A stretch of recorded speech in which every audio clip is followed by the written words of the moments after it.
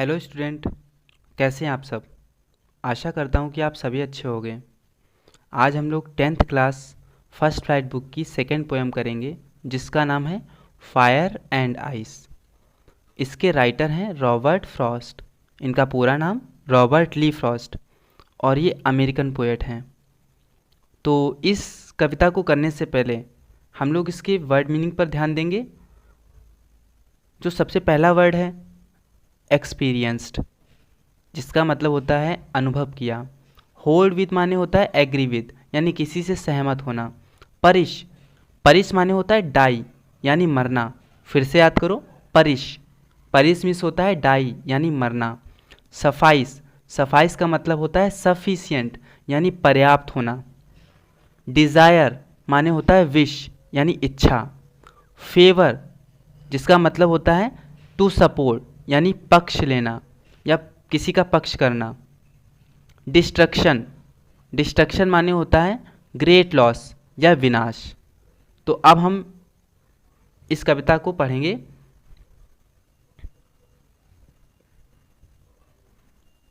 Some say the world will end in fire, some say in ice. From what I have tasted of desire, I hold with those who favor fire. But if it had to perish twice, I think I know enough of hate to say that for destruction ice is also great and would suffice. तो इन lines का मतलब ये है, सम say the world will end in fire, यानी कुछ लोग कहते हैं कि संसार का अंत आग से होगा, कुछ लोग कहते हैं कि संसार का अंत बर्फ से होगा। From what I have tasted of desire, जहाँ तक मैंने इच्छाओं का अनुभव किया है, जहाँ तक मैंने इच्छाओं का अनुभव किया है, मैं उन लोगों को सपोर्ट करता हूँ जो फायर के पक्ष में है। अगर इस संसार को दोबारा मरना पड़े तो मैं नफ़रत को भी जानता हूँ, अर्थात संसार के डिस्ट्रक्शन के लिए बर्फ़ भी ग्रेट है और वो पर्याप्त होगी।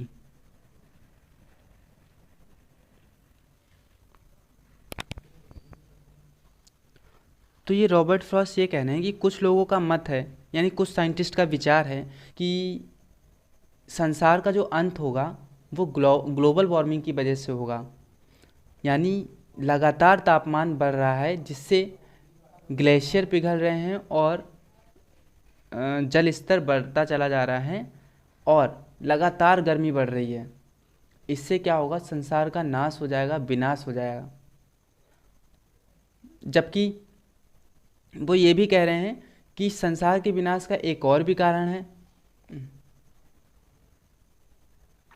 जबकि दूसरे वैज्ञानिकों का ये विचार है कि जो संसार का अंत होगा वो बर्फ़ के जमने के कारण होगा। यानी एक वक्त ऐसा आएगा कि जब पूरी पृथ्वी बर्फ़ से ढकी होगी, जमी होगी, जिससे इस संसार का अंत हो जाएगा। सूर्य का तापमान जो है वो कम हो जाएगा और पूरी पृथ्वी, पूरे संसार का नाश हो जाएगा। अब रॉबर्ट फ्रॉस्ट फायर और आइस की तुलना डिज़ायर और हेट से करते हैं। डिज़ायर का मतलब होता है मनुष्य की इच्छाएं और हेट का मतलब होता है नफ़रत। यानी वो ये कह रहे हैं मनुष्य के अंदर जितनी ज़्यादा डिज़ायर बढ़ेगी या मनुष्य जितनी अपनी इच्छाओं को संतुष्ट करता है, वो इच्छाएं उतनी ही बढ़ती चली जाती हैं और मनुष्य के विनाश का कारण एक दिन बनती हैं। इससे मनुष्य क्या होता है, झूठ बोलता है, हिंसा करता है और चोरी करने लगता है। रॉबर्ट फ्रॉस्ट आगे कहते हैं अगर इस संसार का दोबारा से अंत होगा तो वो नफ़रत की वजह से होगा। यानी नफ़रत भी उतनी ही खतरनाक है जितनी कि मनुष्य की इच्छा। मनुष्य की इच्छा के कारण वो व्यक्ति सेल्फिश हो जाता है, सेल्फिश बोले तो स्वार्थी हो जाता है और उसके अंदर संवेदनाएं मरती चली जाती हैं, एक दूसरे से वो जलन का भाव हो जाता है। आखिर में वो ये कहना चाह रहे हैं मनुष्य की इच्छा और नफ़रत ये दोनों ही मनुष्य के विनाश का कारण बनेंगी अगर इनको नहीं रोका गया। अगला टॉपिक हम लोग करेंगे पोएटिक डिवाइसेस। तो पोएटिक डिवाइसेस में पहला करेंगे राइमिंग स्कीम। राइमिंग स्कीम में क्या होता है कि समान लय वाली जो लाइंस होती हैं इनको हम लेटर से रिप्रेजेंट कर देते हैं और आखिर में एक पैटर्न बनता है, उसी को ही राइमिंग स्कीम कहते हैं। तो जैसे जो फायर की जो साउंड है वो डिज़ायर, फायर इनसे मैच कर रही हैं, ठीक है। तो इनके लिए हमने ए लेटर दे दिया। ऐसे ही और कहीं भी मैच कर रहा है फायर से related, twice, hate, ice, great, suffice, कहीं भी नहीं मैच कर रहा। तो यहाँ तक हमने ए दे दिया। अब अगली लाइन देखेंगे आइस। आइस की जो साउंड है वो किससे मैच कर रही है, ट्वाइस, आइस और सफाइस।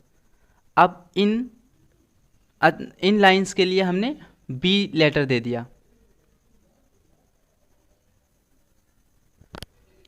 अब जो अगली लाइन है हेट, ग्रेट, इनको हमने सी से रिप्रेजेंट कर दिया।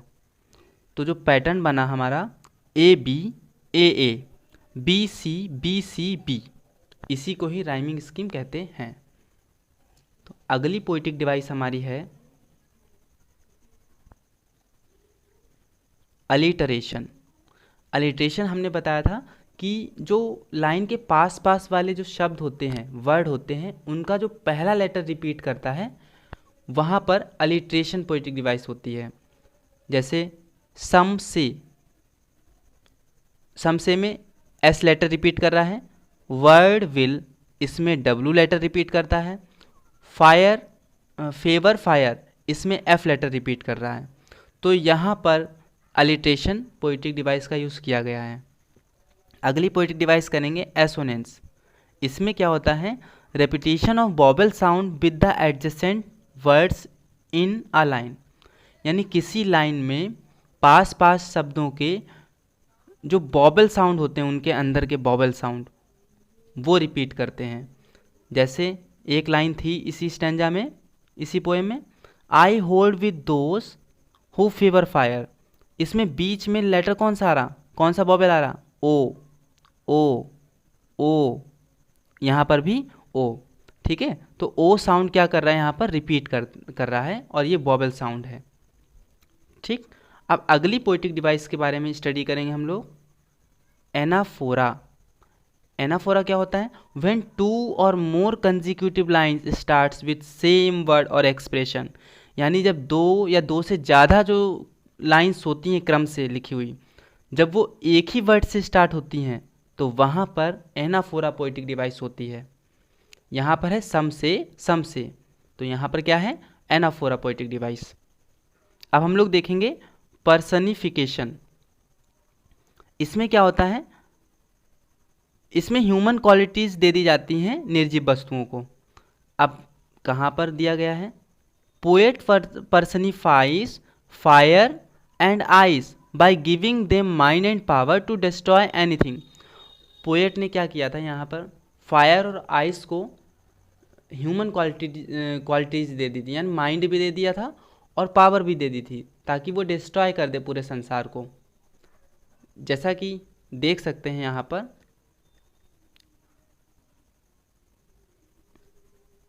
इस लाइन में आइस को क्या बोला गया है, ग्रेट बोला गया है, जबकि ग्रेट हम इंसानों के लिए यूज़ करते हैं, ठीक है। तो यहाँ पर आइस को एक ह्यूमन क्वालिटी मिली है, यानी आइस और फायर दोनों को ही ह्यूमन क्वालिटी मिली है। तो जहाँ पर ह्यूमन क्वालिटीज़ मिलती हैं वहाँ पर जो पोएटिक डिवाइस होती है वो पर्सनिफिकेशन होती है। अब 6 नंबर पे है सिम्बोलिज्म। सिम्बोलिज्म, फायर किसको सिम्बोलाइज कर रहा है, डिज़ायर को, और आइस किसको सिम्बोलाइज कर रहा है, हेट को। यानी डिज़ायर के लिए जो सिंबल यूज़ किया गया है वो फायर, और हेट के लिए जो सिंबल यूज़ किया गया है वो आइस यूज़ किया गया है। अगली पोएटिक डिवाइस है एंजाबमेंट। जहाँ पर यानी जो लाइंस होती हैं, लाइंस के बीच में अगर कोई भी पंक्चुएशन मार्क नहीं होता है तो वहाँ पर एंजाबमेंट होती है पोएटिक डिवाइस। जैसे हम लोग देखेंगे कहाँ कहाँ एन्जार्जमेंट यूज़ हुआ है। फायर से आइस में आने पर हम देख रहे हैं, इस लाइन से इस लाइन में आने पर देख रहे हैं कि यहाँ पर कोई भी पंक्चुएशन मार्क यूज़ नहीं हुआ है, यानी ना तो कॉमा ना ही फुल स्टॉप।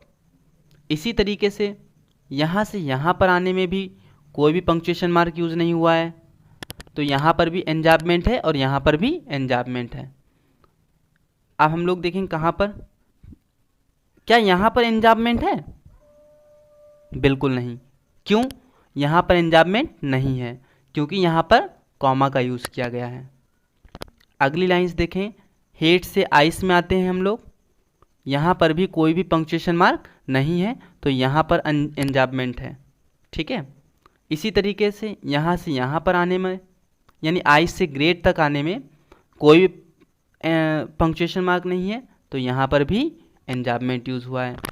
ग्रेड से सफाइस में आने में भी कोई भी पंक्चुएशन मार्क यूज़ नहीं हुआ है, तो यहाँ पर भी एन्जार्जमेंट है। अगला टॉपिक देखेंगे हम लोग, important questions answers including extract based, यानी अब हम लोग क्वेश्चन आंसर्स पे फोकस करेंगे। सबसे पहले तो यही क्वेश्चन पूछा जाता है कि what is the name of poem of given stanza, यानी इन लाइंस का, ये लाइंस जो ली गई हैं वो, उसका नाम क्या है उस पोएम का। तो क्या नाम है इस पोएम का? Fire and ice. By whom the poem fire and ice is composed, किसके द्वारा ये कंपोज की गई, यानी किसने लिखा है? जैसा कि आप जानते हैं, रॉबर्ट ली फ्रॉस्ट। अगला क्वेश्चन है हमारा, what type of desire will cause the end of the earth, यानी किस प्रकार की डिजायर संसार के अंत का कारण बनेगी। Unlimited Dzire will cause the end of the earth, यानी जो असीमित डिजायर होती है, असीमित इच्छाएं होती हैं, वो संसार के अंत का कारण बनती हैं। How many popular views does the poet present regarding the end of the world, यानी इस कविता में कितने व्यूज, कितने विचार प्रस्तुत किए गए हैं? 2 विचार। The poet presents the 2 views regarding the end of the world. What symbolizes ice, ice किसको सिंबोलाइज करता है? आइस सिंबोलाइजेज हेट्रेड, आइस नफरत को सिंबोलाइज करता है। According to the poet desire is symbolized with, desire को किससे सिंबोलाइज किया गया है, यानी डिजायर के लिए क्या प्रतीक माना गया है? फायर। अगला क्वेश्चन आपसे ये पूछा जा सकता है कि right the 4 lines of the poem, यानी 4 लाइन लिखो, कविता की 4 लाइन लिखो। तो आपको याद होना चाहिए, some say the world will end in fire, some say in ice, from what I have tasted of desire I hold with those who favour fire. अगला क्वेश्चन है central idea of fire and ice. Fire and ice is short and famous poem composed by Robert Lee Frost. The poet refers to predictions how the world will end. Fire symbolizes desire and ice symbolizes coldness in relation and hate. The world will destroyed by fire, जैसे desire, which makes a person do all the inhuman blunders. However, if the world have to perish twice, then hate would be responsible for end of the world. So unlimited desire and hate are the greatest enemies of humanity. वो ये कहना चाह रहे हैं कि जो desire है और हेट है, अगर ये अधिक हो जाएंगी तो मानवता का अंत हो जाएगा, ये मानव की दुश्मन है। ठीक है, तो इस सेंट्रल आइडिया को आप लोग याद कर लीजिएगा। ठीक है, अब हम लोग इससे रिलेटेड छोटे मोटे क्वेश्चंस देखेंगे, MCQs टाइप के। सबसे पहला जो क्वेश्चन है, हु इज द पोएम,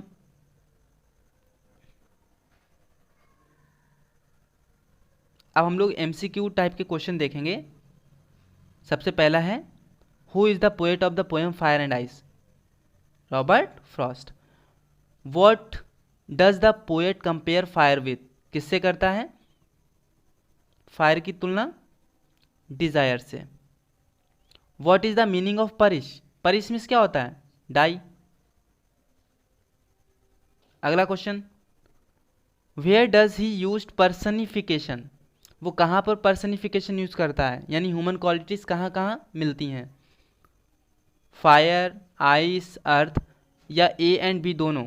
तो वो फायर को भी ह्यूमन क्वालिटीज दी जाती हैं और आइस को भी, क्योंकि ये कैपेबल हैं संसार को डिस्ट्रॉय करने में।